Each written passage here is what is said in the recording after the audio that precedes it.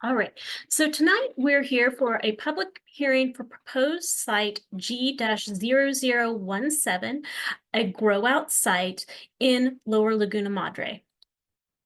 The purpose of this public hearing is to provide information on the cultivated oyster mariculture, abbreviated COM, and you will hear me referring to it as COM throughout the presentation. Grow out site in Lower Laguna Madre, to answer any questions you have on the proposed site and give instructions on how to submit public comment. First, some background on oyster mariculture in Texas.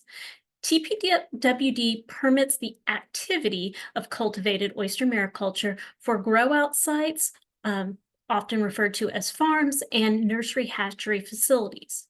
All mariculture must be off-bottom, floating mariculture, and the applicants nominate their own sites and conduct a natural resource survey. The permit is a 10-year term, and only eastern oyster, which are native to Texas, are allowed.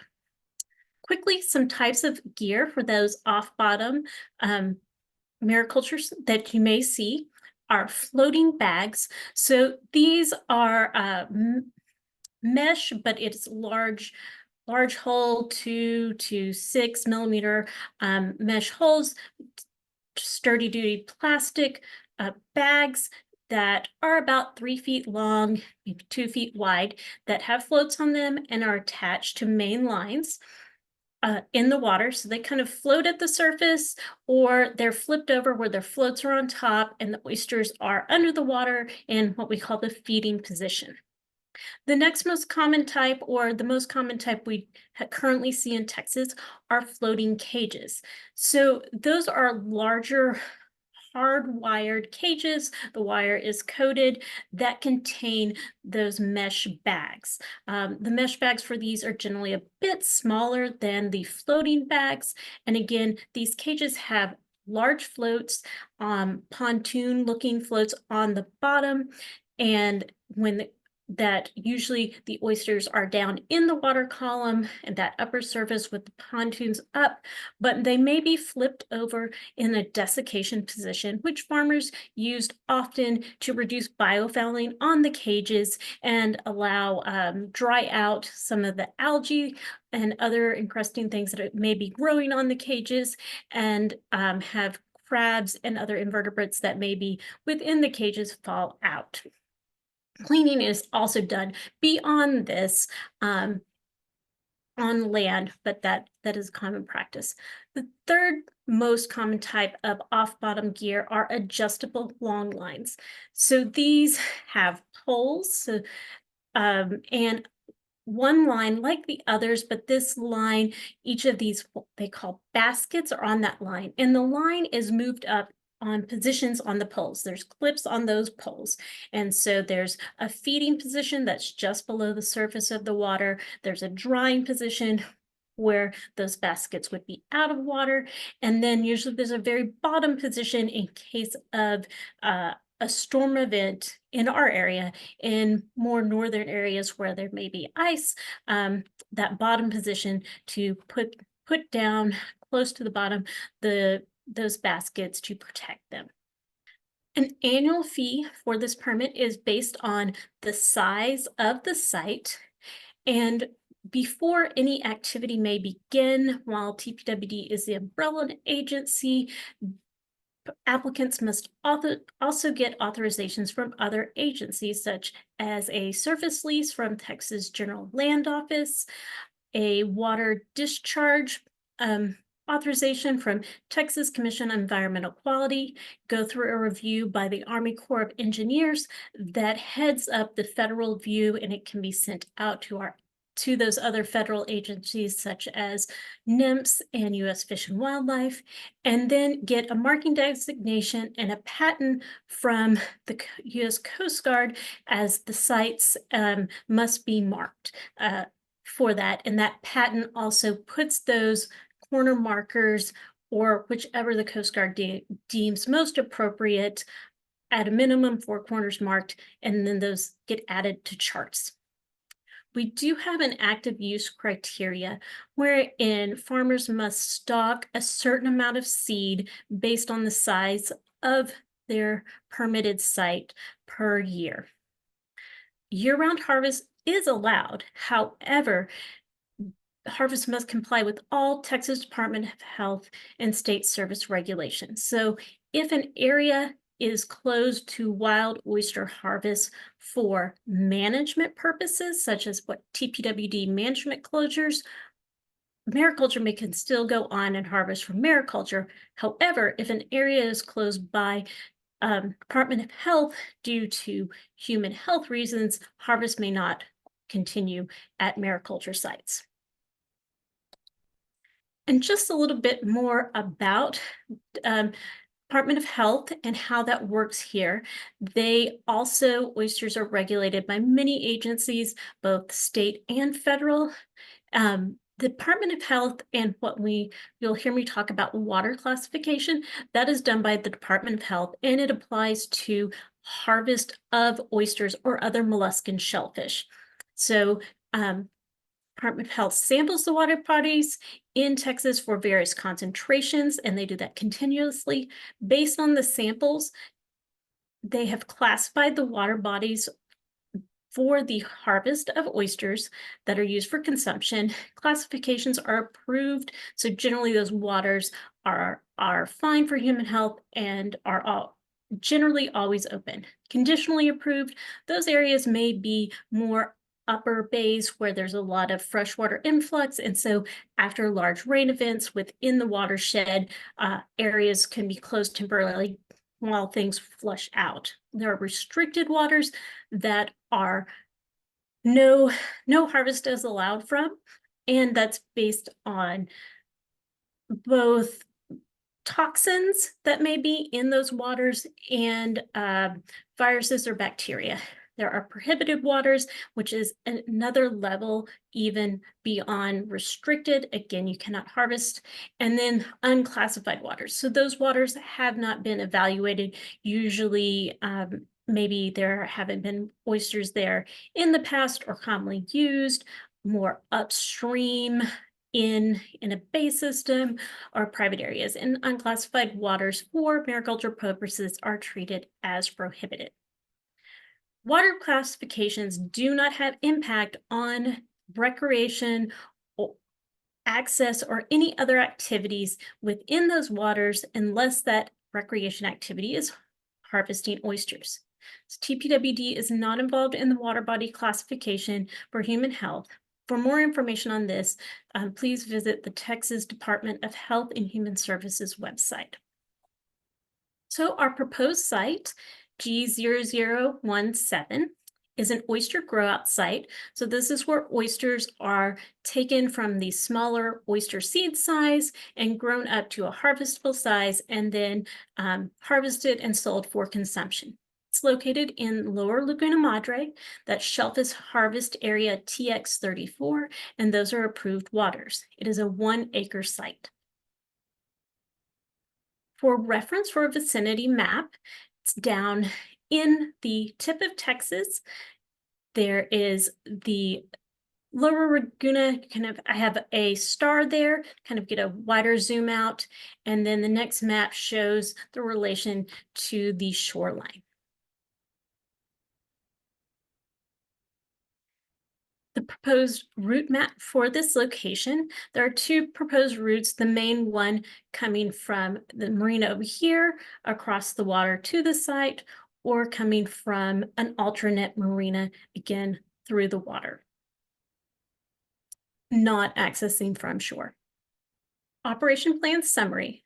They will be proposed to use floating cages, the 6-bag system. There will be 11 rows of cages, and in a second, I will show you a site layout diagram. Those will be anchored with 72-inch helix anchors into the sediment. There will be a buoy marking each anchor point on either end of those lines. There will be 11 rows or lines of cages with 12 to 15 cages per line. Navigational markers, again, those wait for the final approval and marking designation for the Coast Guard, but most likely, and what they're proposing at the corner markers will be pilings with lights on the top that light up at night, and the proper signage indicating that this is a mariculture facility and the number of the facility. Bird deterrents, if needed, will either use a bird away hawk system. So this is kind of like a kite that's on a pole. It goes up, and then there is a string that attaches to a kite that is in the shape of a bird.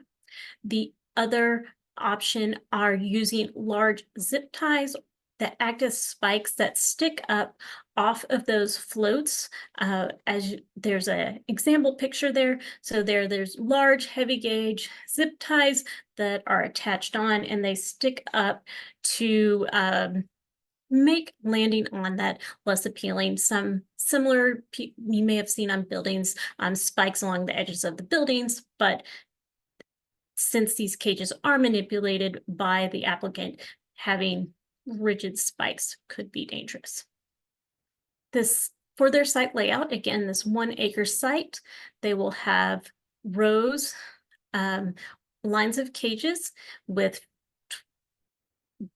and then in this inset, you can see where the pink dots indicate where there will be buoys marking the anchor points on either end, and the 4 corners also marked. For a cross-sectional view of how those cages, there is the main line comes up, anchored to the bottom, comes up. There's a thimble in the middle where they can adjust to either reduce slack on a line, or if needed, add slack to the line if there's going to be a storm surge or a large tide. Any excess line is wrapped back up and attached. Excess line would be 1 to 2 feet, but it is wrapped back up and attached to a main line, so it's not free flowing. From those anchor points, a buoy to the surface, the main line comes up, and each cage has 2 attachment points to that main line to keep them attached to the main line. And if needed for a storm, the cages can be, those pontoons can be filled and the cages sunk to the bottom, pontoon side down, cage side up. On-site operations will be accessed via boat and worked via boat multiple times a week. The floating cage system will be flipped for desiccation as needed, planned on every 2 weeks, but again, that is as needed. There may be times of year where it is not needed, and resubmergence requirements for health will be followed prior to harvest of a minimum of 14-day resubmergence. Gear requiring cleaning will be taken to land to clean, and oysters will be tumbled and sorted as needed on the site on a vessel. All gear will have identification tags. The inset shows an example of one of those tags that has the permit number, a contact information, usually a phone number on it. The hurricane plan on file, they have a hurricane plan following what Sea Grant has put out, a hurricane plan and guide for farmers to follow. We'll be following that. It has 3 code: yellow, orange, and red, monitoring and actions as storm enters the Gulf, then gets closer, the cone of uncertainty. They will monitor that situation 72 hours prior to landfall. If the location is within that cone of uncertainty, the decision will be made to either sink the cages or adjust lines for storm surge, depending on the strength and severity of that storm. There will be pre-storm preparations prior to hurricane season, such as inventory, taking photos of the site, practicing for those storm plans, and then post-storm recovery plans includes refloating, again, taking inventory of the site and documenting any damages. For the Natural Resource Survey, they did side scan survey to supplement the sediment samples. So here is a zoomed out view of that side scan of the area, showing the site is in the yellow square. The blue indicates the 200-foot buffer. All mariculture sites must buffer seagrass by 200 feet, and a 500-foot buffer, they must buffer any oyster habitat by 500 feet. There also shows where the sediment sample layout and locations were for this site. Results for the study or for the sonar found no evidence of oyster habitat or seagrass. They must submit pictures of each sample. They used a post hole digger with an extension. The picture there is just an example, not this actual. The sediment pictures are actual sediments from this natural resource survey. Average depth across the site was about 6 feet, and samples had a composition of fine sand, silt, or mud. Next step for this permit application is that we have the open public comment period. The deadline for submitting any public comment is April 3rd, 2024. And again, submit those to oyster.mariculture@tpwd.texas.gov. If any public comments, TPWD will consider and reply or work with the applicant to adjust as needed. After that, a conditional permit is issued by TPWD. This does not mean that activity can begin.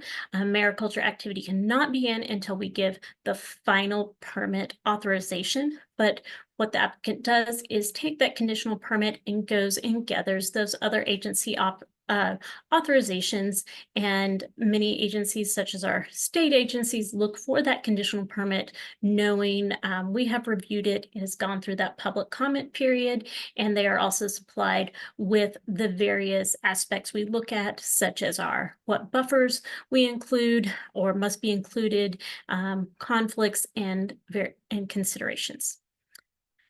Once those other authorizations are secured, they submit proof of those authorizations to TPWD. We can then authorize that final permit, and it is issued after the payment of the first year's annual fees. Then mariculture activity can begin.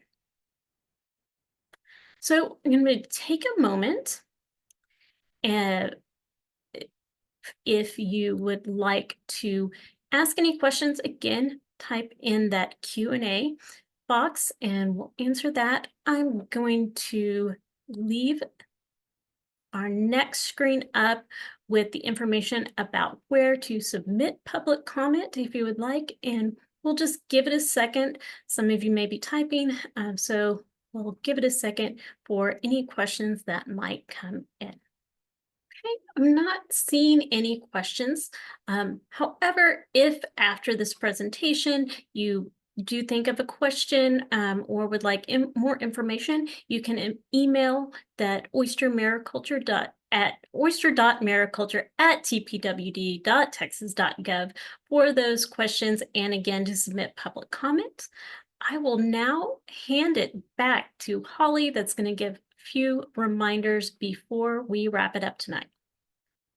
Yeah, thank you, Lindsay. And thank you again, everyone, so much for being here this evening. I said this at the beginning, but I see that we have a few more people that have logged in since. You all will be receiving a email reminder or follow-up email, I'm sorry, from Zoom tomorrow.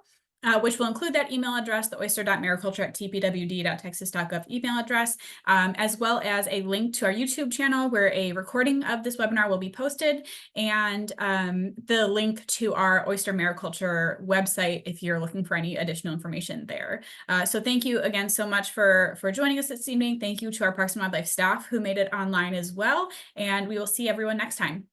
Oh, Holly? Yes.